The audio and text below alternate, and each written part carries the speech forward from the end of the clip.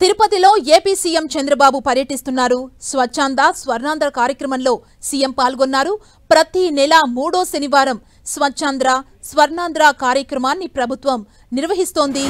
తుకివాకం దగ్గర integrated solid waste management ని CM Chandrababu సందర్శించారు. కపిలతీర్థం ఆలయాన్ని సీఎం సందర్శించనున్నారు. ప్రస్తుతం చంద్రబాబు నాయుడు మాట్లాడుతున్నారు. లైవ్ లో చూద్దాం. 29% గ్రీన్ కవర్ ఉంది.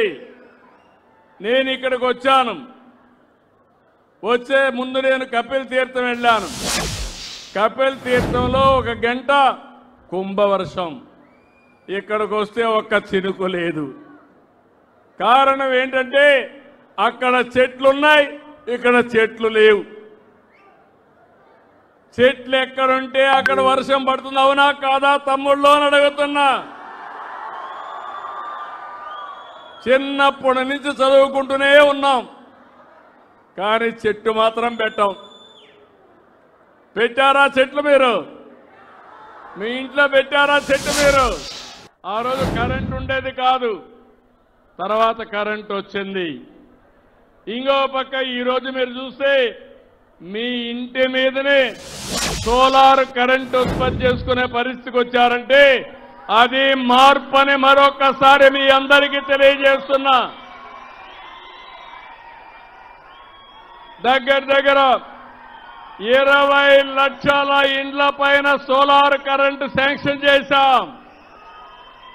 ప్రతి ఒక్క ఇల్లు, ప్రతి ఒక్క ఆఫీసు, ప్రతి ఒక్క పొలము కరెంటు ఉత్పత్తి చేసే కేంద్రాలుగా తయారవుతున్నాయి. ఇంకొక పక్క తమ్ముళ్ళు, ఒకప్పుడు కరెంట్ అంటే బొగ్గుతో తయారయ్యేది. ఈరోజు బొగ్గు లేకుండా కరెంటుతో తయారు చేసుకుంటున్నాం. విండ్ కరెంట్ వస్తుంది, గాలితో తయారు చేసుకుంటున్నాం. ఒక పక్క నీటితో కరెంటు ఉత్పత్తి చేసుకునే పరిస్థితికి వచ్చాం. ఇది గ్రీన్ ఎనర్జీ కింద వస్తుంది. దీనిపైన శ్రద్ధ పెట్టాను. ఎక్కడైతే గ్రీన్ ఎనర్జీ ఉంటుందో అక్కడ సస్టైనబిలిటీ ఉంటుంది. గ్లోబల్ వార్మింగ్ కూడా ఇచ్చారు. ఎండలు విపరీతంగా పెరిగిపోయి ఎక్కడ చూసినా అనేక సమస్యలకి దారితీస్తా ఉంది. ఈరోజు ఇంకొక పక్కన మీరు చూస్తే గ్లోబల్ వార్మింగ్ వల్ల ఓసారి వర్షం ఒకే దిక్కండ పడిపోతుంది, వరదలు వస్తున్నాయి, ఓసారి వర్షాలే పడడం లేదు. ఇలాంటి అనేక సమస్యలు వస్తున్నాయి. దీనికి పరిష్కార మార్గం గ్రీన్ ఎనర్జీ తప్ప వేరే మార్గం లేదని మీ అందరికీ విజ్ఞప్తి చేస్తున్నా. నిన్ననే నేను ఒక మీటింగ్ పెట్టాను. పిల్లలు మీరందరూ గుర్తుపెట్టుకోవాలి. మొట్టమొదటిసారిగా అమరావతి కేంద్రంగా క్వాంటమ్ వ్యాలీ పెట్టాం. అమెరికాలో సిలికాన్ వ్యాలీ ఉంది, భారతదేశంలో క్వాంటమ్ వ్యాలీ ఉంది. దానికి చిరునామా అమరావతి, ఆంధ్రప్రదేశ్.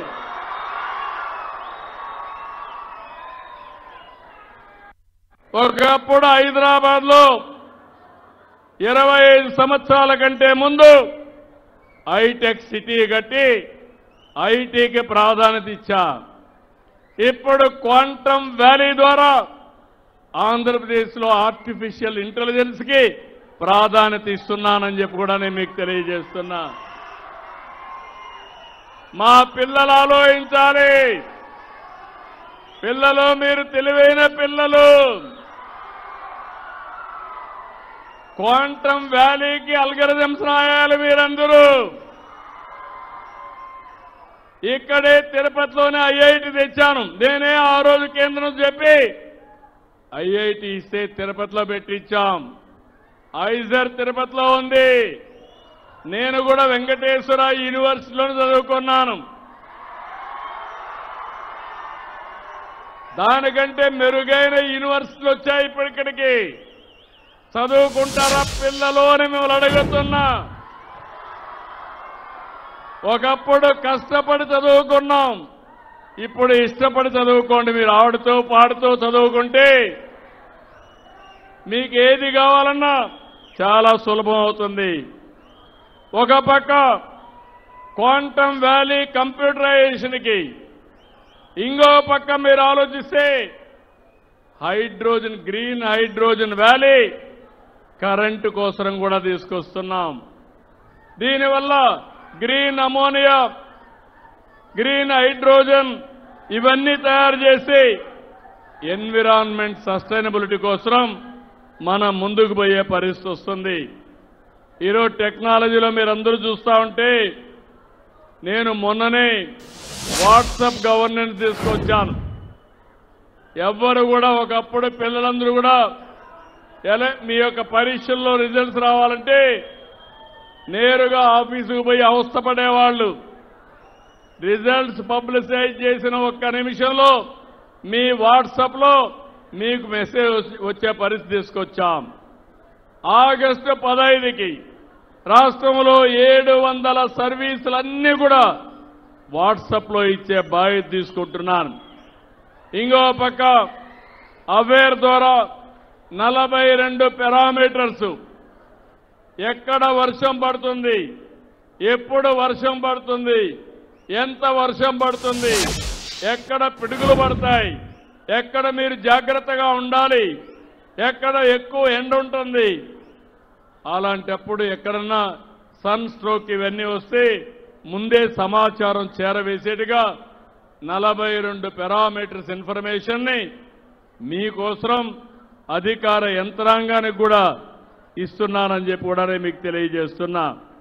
ఇలాంటివన్నీ చేసి మనం ముందుకు పోగలిగితే ఈ రాష్ట్రంలో మనకు తిరుగుండదు, ఎదురుండదని చెప్పి కూడా నేను మీకు తెలియజేస్తున్నా. ఈరోజు మీరు చూస్తే door to door collection Delhi అయితే 99% ఉంది. మనం ఇంకా బాగా ఇంప్రూవ్ కావాలి, 68% ఉన్నాం. విజిబుల్ క్లీనినెస్ లో 99 చండీగఢ్ ఉంటే మనం దగ్గర దగ్గర 72% ఉన్నాం. చాలా ఇంప్రూవ్ కావాలి. ఇంకో పక్క వేస్ట్ ప్రాసెసింగ్ 99% చండీగఢ్ ఉంటే మనం 63% ఉన్నాం. ఇంకో పక్కన మీరు ఒకసారి చూస్తే లెగసీ చెత్తంతా తీయడంలో చండీగఢ్ 100% ఉంటే మనం 66% ఉన్నాం. అదే సమయంలో ఇంకొక పక్కన చూస్తే మొత్తం 7 స్టార్ రేటింగ్ మన విజయవాడకు వచ్చింది. 5 స్టార్ రేటింగ్ తిరుపతి, గుంటూరు, విశాఖపట్నానికి వచ్చింది. 3 స్టార్ రేటింగ్ రాజమండ్రికి వచ్చింది. ఇంకో పక్క 1 స్టార్ రేటింగ్ 14 మున్సిపాలిటీలకు వచ్చింది. 1 స్టార్ రేటింగ్ ఉండేవాళ్ళు పైకి పోవాలి.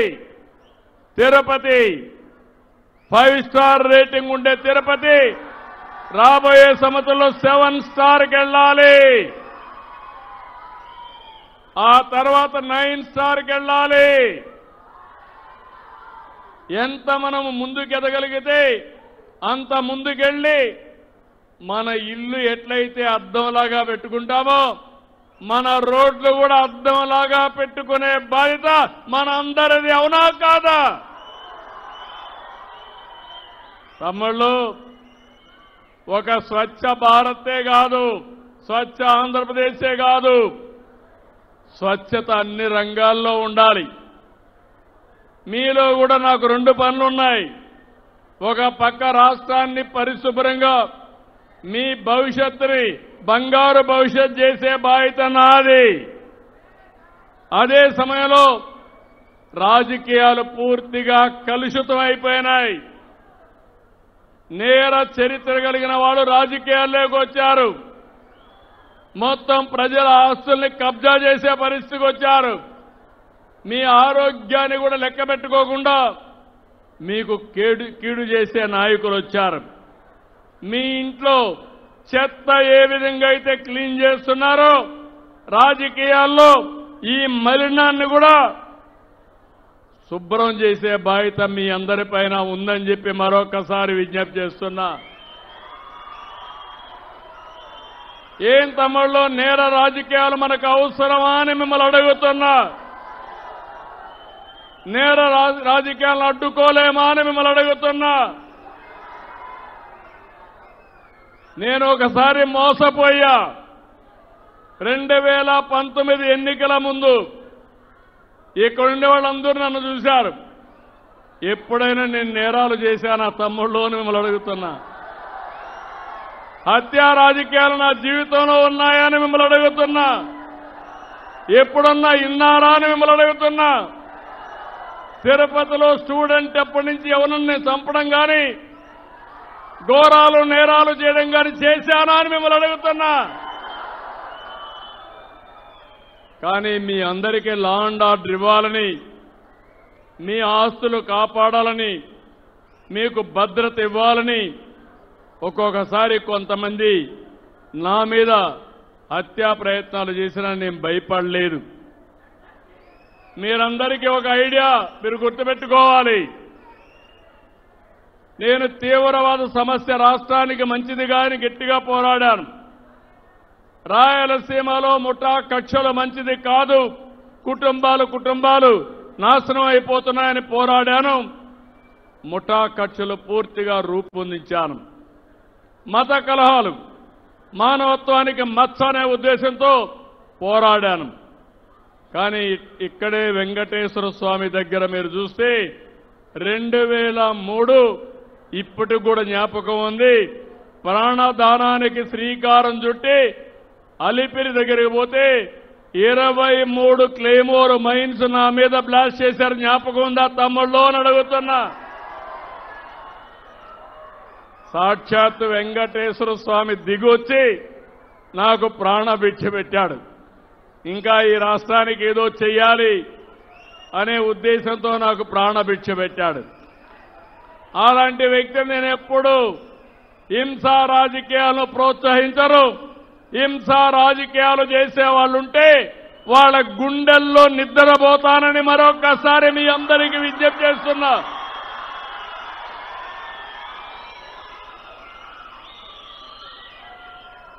రెండు 2019లో మళ్లీ గుర్తు చేస్తున్నా. ఆ రోజు జరిగిన సంఘటన, నేనే ముఖ్యమంత్రి, నిద్రలేశాను. సాక్షి ఒక టీవీ ఉంది, ఆ పేరు ఎట్లా పెట్టారో నాకు ఇప్పుడు కూడా అర్థం కాలేదు. చేసే పనులన్నీ ఏదో పనులు, పేరు మాత్రం సాక్షి.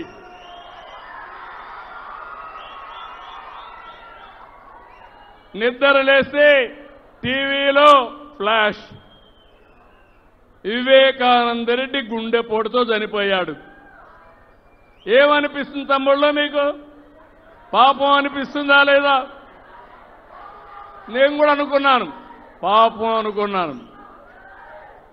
ఇంకొక అర్ధగంట అయిపోయింది. అక్కడ ఎవరున్నారు కనుక్కుంటే మా సిఐ అక్కడే ఉన్నాడు.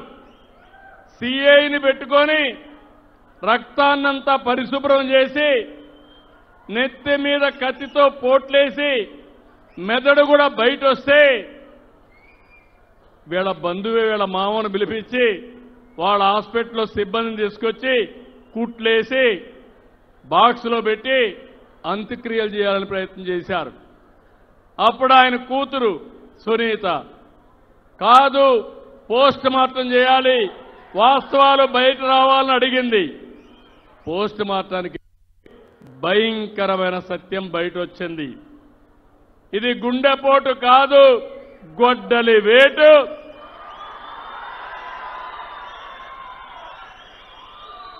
మెదడు కూడా బయటకు వచ్చిందని రిపోర్ట్లో చెప్పే పరిస్థితికి వచ్చారు. సాయంత్రం అయింది, డ్రామా మారింది, ప్లేటు ఫిరాయించారు. మా నాన్నను చంపేశారు. ఇప్పుడు ఒకే ఒక దిక్కు మా చిన్నాన్న, ఆయన కూడా చంపేశారని ప్లేటు ఫిరాయించాడు. తెల్లవారింది, పేపర్ వచ్చింది, నారాసుర రక్త చరిత్రని నా చేతిలో కత్తి పెట్టి ఒక ముఖ్యమంత్రి పైనే అపవాదు వేశారు. ఏం జమ్మల్లో జ్ఞాపకం ఉందా లేదా? కోర్టుకు పోయి ఎవరు మాట్లాడకూడదని ఒక ఆర్డర్ కూడా తీసుకొచ్చారు. దానివల్ల ఎలక్షన్లో సానుభూతి కూడా వచ్చింది. మీరు కూడా అనుకున్నారు పాపం అని. నేను మోసపోయా, మీరు పాపం అనుకున్నారు, కానీ కొంపలు కూలాయి. అవునా కాదా అని అడుగుతున్నా. మళ్ళీ మళ్ళీ మోసం చేస్తే నేను మోసపోవాలనా అని మిమ్మల్ని అడుగుతున్నా. మొన్న చిత్తూరు జిల్లాకు వచ్చారు. మామిడి రైతులు ఇబ్బందులున్నాయి. పక్కన కర్ణాటక ఉంది, తమిళనాడు ఉంది. వాళ్ళు ఏమాత్రం పట్టించుకోలేదు. నేను ఒకటే ఆలోచించాను, నా రైతు ఇబ్బందుల్లో ఉంటే ఎక్కడున్నా సరే నా రైతును ఆదుకోవాలని టన్నుకు 12,000 రూపాయలు చేసి ఫ్యాక్టరీని 8,000 రూపాయలు ఇమ్మని నేను 4,000 రూపాయలు ఒక టన్నుకి ఇచ్చి ఎంత బండి ఇస్తే అంత కొంటామని ముందుకెళ్ళాం. నేను కొంటా ఉంటే ఈయన పరామర్శకు వచ్చి వాళ్ళ నాయకుడు ఒక అతను 6 ట్రాక్టర్ల మామిడికాయలు తీసుకొచ్చి రోడ్డు మీద పోసి బలవంతంగా ఒక 4 ట్రాక్టర్లు తీసుకొచ్చి రోడ్డు మీద పోసి పులివెందల రాజకీయం చేసి ఆ రైతులు అబో దిబో నా మామిడికాయలు నువ్వు తీసుకుపోతున్నావు ఏంటంటే లెక్క పెట్టుకోకుండా రోడ్డు మీద పోయేశారు. మీకు ఈ రౌడీజం కావాలనా? ఏం తమ్ముళ్ళు కావాలనా అని మిమ్మల్ని అడుగుతున్నా. ఒకప్పుడు ఈ తిరుపతిలో కూడా రౌడీలుంటే రౌడీల గుండెల్లో నిద్రపోయి ఈ తిరుపతిని కాపాడిన పార్టీ తెలుగుదేశం పార్టీ.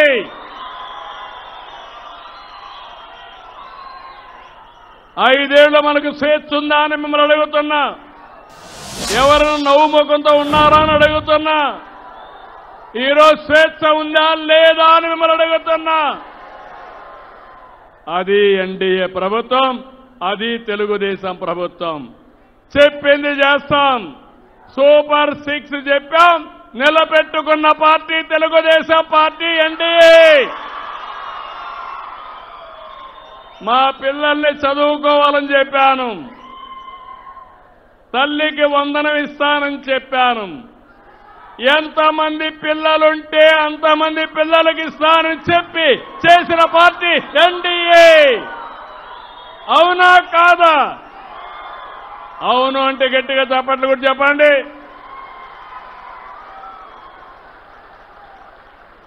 పింఛను పెంచుతానని నేను చెప్పాను. అంత మునుపు వాళ్ళు కూడా చెప్పారు. పింఛను ఎప్పుడు పెంచారు? నెల 250 రూపాయలు. 5 ఏళ్లు పట్టింది. ఈరోజు నేను వచ్చిన తర్వాత ఒకేసారి ఏప్రిల్ నుంచి పెంచిన పింఛన్లు ఇచ్చానా లేదా? 4,000, 6,000, 10,000, 15,000 ఇస్తున్నా. మానవత్వం ఉండే పార్టీ ఎన్డీఏ. మాటలు చెప్పే పార్టీ. ఏం తమ్ముళ్ళు, పేదల మీద అభిమానం ఉండే పార్టీ, అభివృద్ధి చేసే పార్టీ, సంక్షేమాన్ని మీకు అందించే పార్టీ. నేను కష్టపడతా, నా ప్రజల్ని సుఖపెడతా. మా ఆడబిడ్డలు నేనే దీపం పెట్టా, వీళ్ళు వచ్చి దీపం ఆర్పేశారు. మళ్ళీ నేను వస్తానే 3 సిలిండర్లు ఉచితంగా మా ఆడబిడ్డలకు ఇస్తున్నా.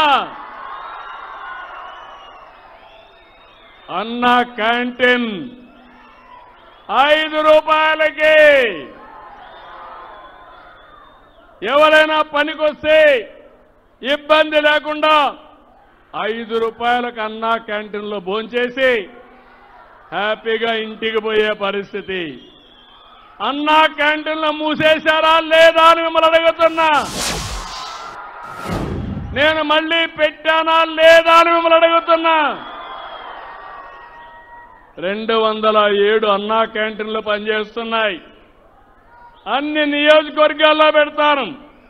ఎన్టీ రామారావు గారు తిరుమలలో అన్నదానాన్ని ప్రవేశపెట్టారు. నేను 2003లో ప్రాణదాన కార్యక్రమానికి శ్రీకారం చుట్టాను. మొన్ననే దేవాలయాల నిర్మాణానికి దానం చేయమని పిలిపించారు. నా ఉద్దేశం ఒకటి, వెంకటేశ్వర స్వామి భక్తుడిని నేను. చిన్నప్పటి నుంచి ఆయన తలుచుకుంటూ పెరిగాను. నా సమస్యలన్నీ ఆయనకి చెప్పేసి నేను ముందుకు పోతూ వచ్చా. తిరుగులేని విజయం వచ్చిందంటే దానికి కారణం వెంకటేశ్వర స్వామి ఆశీస్సులే నాకు.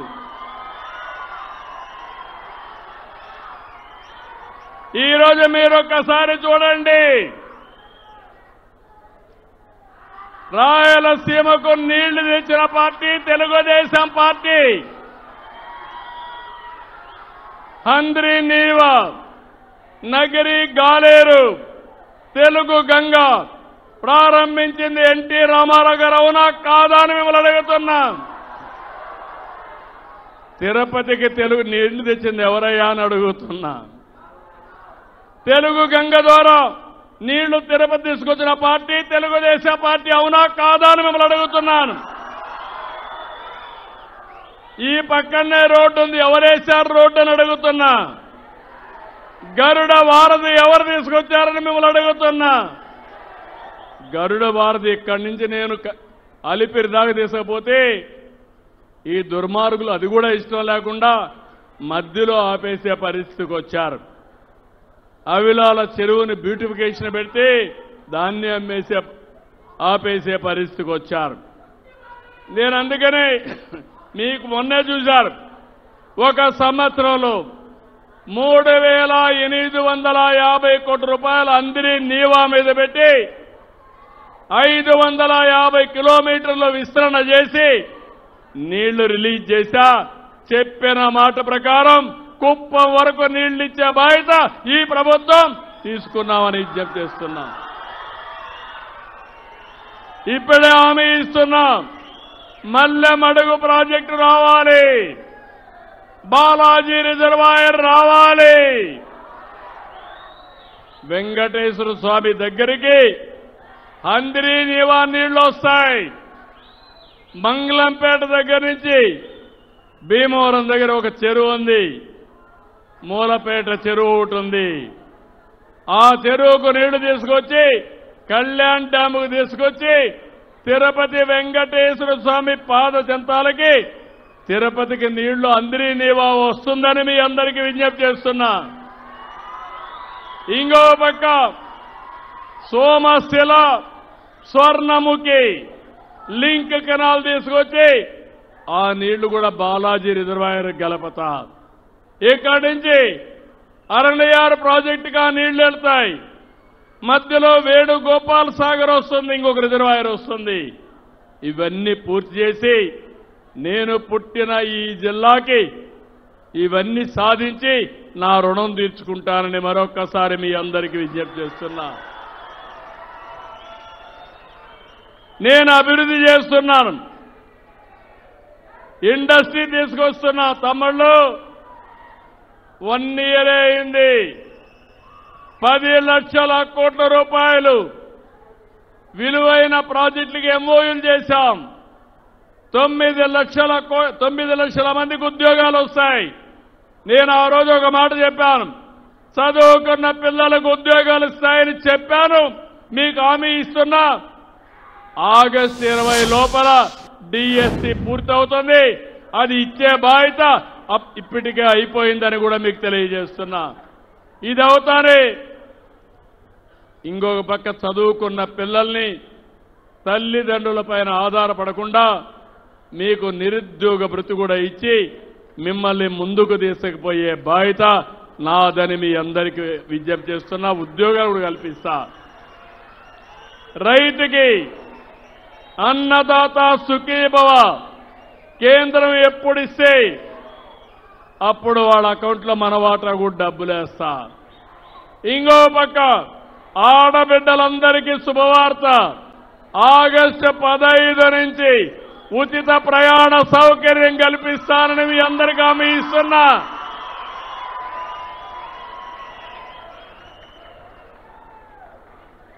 అస్తవ్యస్తమైన ఆర్థిక వ్యవస్థ, దిక్కుదోచని పరిస్థితి, అనుభవం నాలాంటి వాడికి తల తిరిగే పరిస్థితి.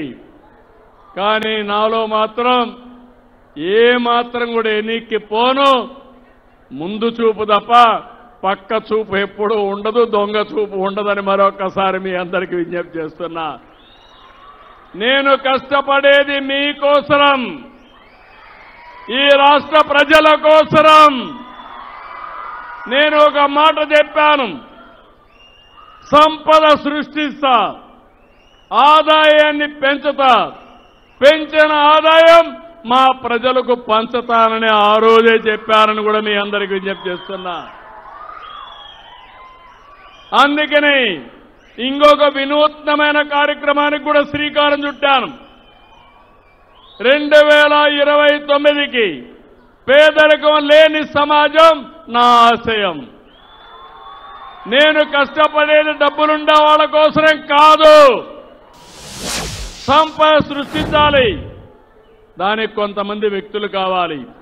కానీ నా కష్టం ఈ పేదవాళ్ళ కష్టాలు తీరాలి, మీ జీవన ప్రమాణాలు పెరగాలి. దానికోసమే కష్టపడుతున్నా. అందుకే P4 కింద ప్రభుత్వం, ప్రైవేట్, ప్రజల భాగస్వామ్యానికి శ్రీకారం చుట్టారు.